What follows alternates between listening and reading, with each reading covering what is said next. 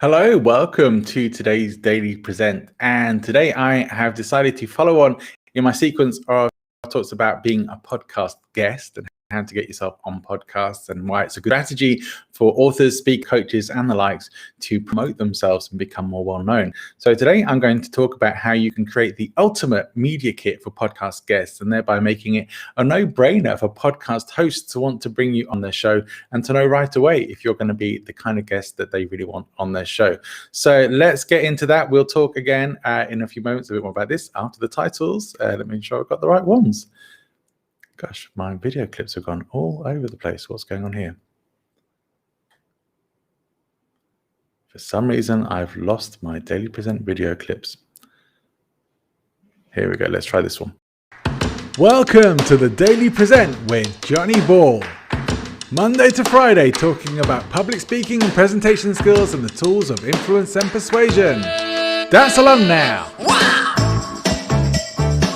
Come on, can you groove it on? That's it, baby. I know. Okay, welcome to the show. It just shows you how one thing moving out of place or something changing in your system can throw you off. So the video was still there, it was just in the wrong place. So today I'm talking about having the ultimate media kit for being a podcast guest. And so that really is about making sure that when you're applying to go on a show, you just take some of the effort away for the hosts in being able to consider you as a guest. If they have all the information that they could possibly need, they're going to know right away whether you're going to be a good fit, someone that they're excited to talk about and bring on their show. So let's make this an easy decision for the host to bring you on the show. And this could be more than podcast. It could be a vodcast. It could be a YouTube show or something that you want to get on. Having a great media kit, it's worth investing that little bit of time to get your media kit together that you can send out to your shows. It's going to save you time in the long run anyway, rather than filling out each particular show's requirements. Unless they have specific requirements that they need to know that aren't on your media kit, you are going to cut down a lot of time and effort just by investing the time up front.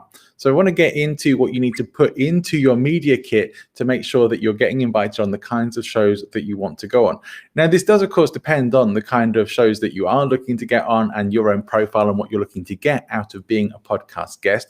But for the most part here, I'm talking about going on discussion shows, interview shows, non-fiction kind of shows, business, professional, and specific subjects in the non-fiction world, rather than the sort of part of podcasting that is more about entertainment or about not about fiction, about writing, creativity, and all those kinds of things. Whilst those things will really come under separate sort of tags here. So I really want to talk to the people who are looking to promote themselves as authors, as coaches, as speakers, trainers, course makers, that kind of thing. Okay, so let's get started. What you need to start off with, of course, is a headline.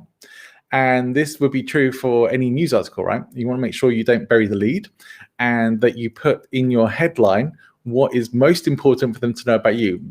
Make it punchy, make it relevant, and make it attractive. This is like your clickbait, your personal clickbait. What's the reason that you're going to give them to read more of your profile? Make your headline as impactful as you possibly can. Play with that. If any part of your profile needs the most work, it should be that. That's going to be the first thing that needs to grab their attention. Have a headline for your media kit. So beyond that, you also are going to need to have a bio. And I suggest you have two different types of bio. And I will thank some of the podcasting hosting sites for this as well, rather than hosting sites, the guest and show host connecting sites like Matchmaker FM, like Podmatch, like Podbooker. Podmatch, in my opinion, has probably the best in terms of having a profile for guests that is as close to a media kit as you could need, one that you could actually use as a media kit yourself as well. And that page can be made accessible for people who don't have accounts with Podmatch, so you could actually use that for anyone. However, I think we can do better still than even a Podmatch profile and create our own, which is going to be much more valuable. So have a short form bio and have a long form bio. Your short form bio is going to be a bit more of an extension of your headline, but it's going to give them a bit more detail. So maybe about 4 or 5 lines about who you are, the kinds of shows you go on, some of the things that you're known for talking about, areas where they may have seen you before, where you have profile. It may be that you have a huge following on YouTube or something like that, or it may be that you've been on particular TV shows being interviewed. It's going to be good to mention that. It's going to add to your credibility and potentially make you more attractive as a guest. If you're a well-known author, for example, that's something your host probably wants to know about you before bringing you on the show. Your longer form bio is going to be a bit more detailed. Now, this isn't your opportunity to tell your whole life story. Please only include information even in your long form bio that is actually going to be relevant to the hosts. So I suggest you write it out and edit it afterwards. That's usually the best way to do these things, and keep working on it. Look for any unnecessary information that you could take out afterwards. But look for your longer bio to give something of a representation of your personality. And so this is going to be an opportunity for you to connect more with the host and give them a clue as to what kind of guest you are and why they might want to bring you on. Are you going to be entertaining? Are you kind of funny? Are you very straight-laced and conservative? These are things that your host will want to know before bringing you on the show. And definitely make sure, this is beyond your bio really, but make sure you include your contact information. That should be your email address. It could be your phone number so that you can converse with each other offline as well. And any really contact details that are going to be useful. So your location doesn't have to be your home or business address, but your location and your time zone are really useful, because as podcast hosts will tell you, we have guests now applying from all over the world to be on the show. And of course, we're all on different time zones, which doesn't make things very convenient or helpful necessarily. So you need to know what time zone people are on so that you can see if you're going to be able to schedule, or if you're going to need to make some special arrangements, or if it's just not going to be a match because of those sorts of time zone restrictions. Good thing to know really early on. I would suggest as well then that the next thing you go on to is mentioning the bios, mentioning the topics and the things that you talk about. So I would go for about 5 here. I think if you add much more than that, things could start to get lost in the mix. And if you look like too much of a generalist as well, if you talk about everything under the sun, that could be good for some shows. But I would just talk about anything and everything. But it doesn't really help the podcast host to differentiate you. I would recommend picking 5 topics or so that you would most like to be discussing on the show, that you want to go on the shows for. You can certainly discuss other things when you get there. But this general thing of what you can keep in mind is around the area of 5 plus or minus 2. So I'd say between 3 and 7 then, which puts us with 5. And so if you have 2 or 3, that's fine. But if you have more than 7, I think you're going to be overwhelming your potential host with the things that you talk about. They want to know that you have expertise in particular areas, that you're going to be able to talk about things with some level of knowledge and credibility, rather than just listing everything that you've ever had a discussion about in your whole life, which isn't going to be quite so helpful. But do put down the kinds of questions that you like to answer as well. So questions that you have ready to go.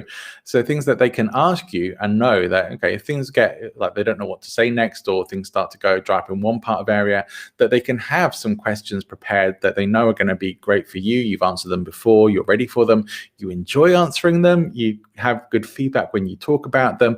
That's really going to help your host as well, especially if they're kind of new to the world of hosting and podcasting.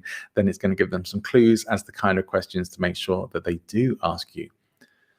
I would include shows that you've been on as well. So talk to your potential host about some of the shows that you've been on. Give them links so they can actually go and check them out and listen to you and see if they get a sense of who you are and if you're the kind of guest that they really want. So give them the opportunity to find out more about them.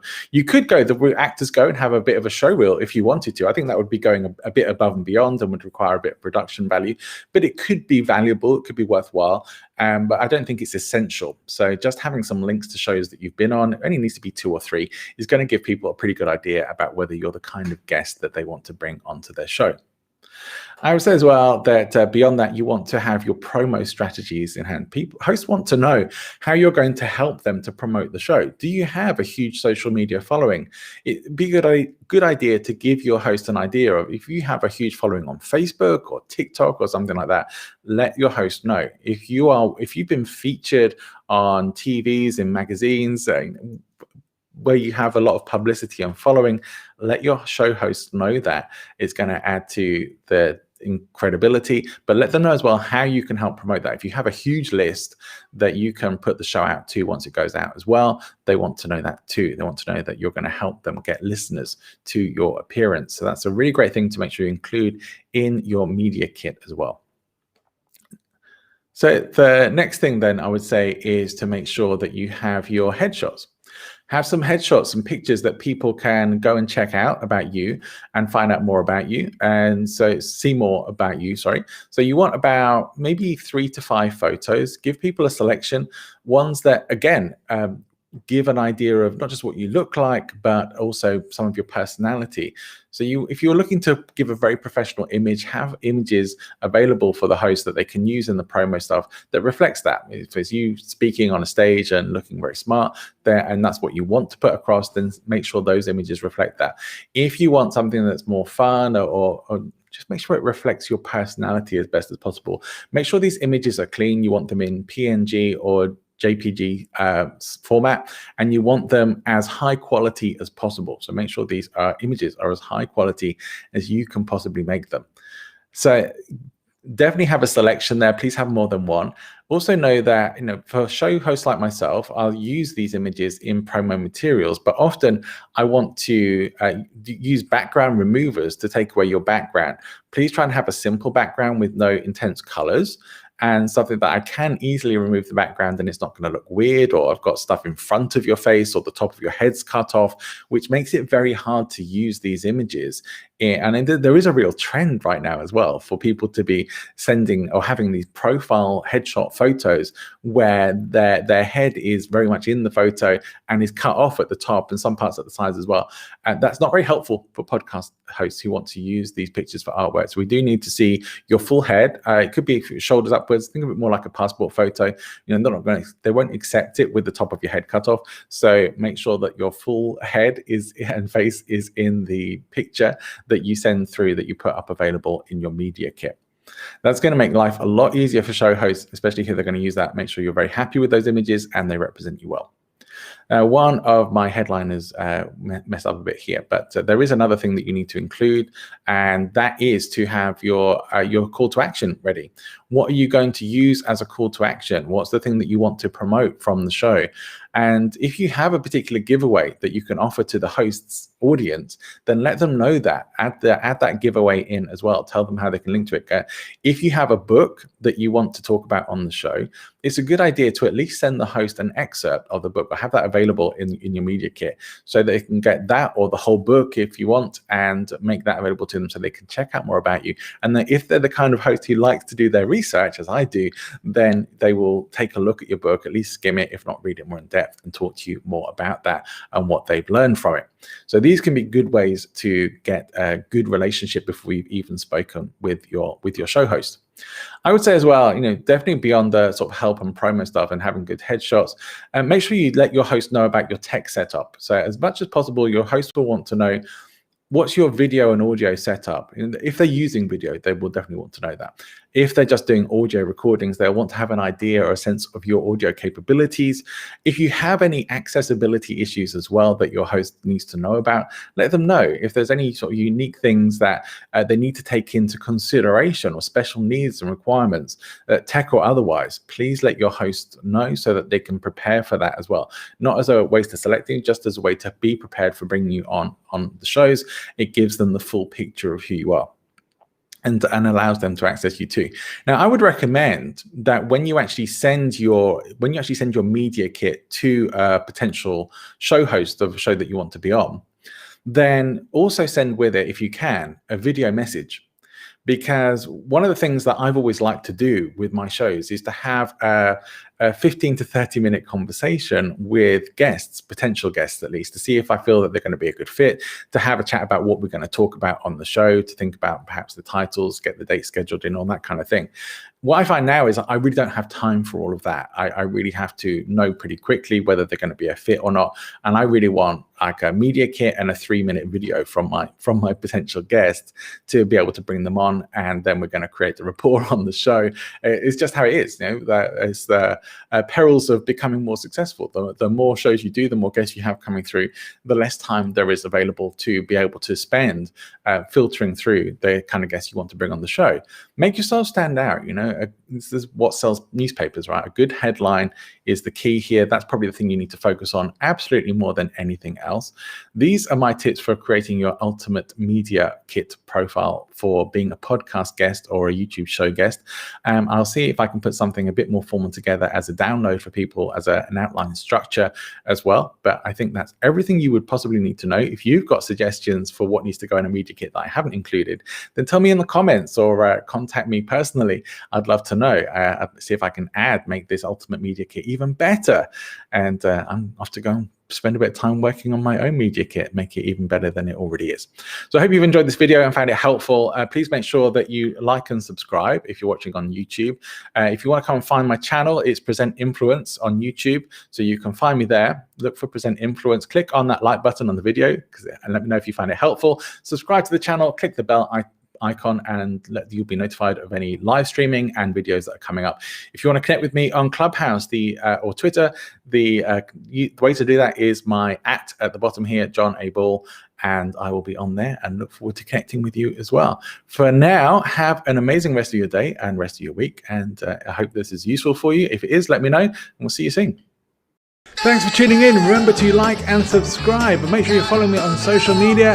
Check out my other shows, Speaking of Influence and Points of Change. And wherever you are, have an amazing day. Time to get back to work.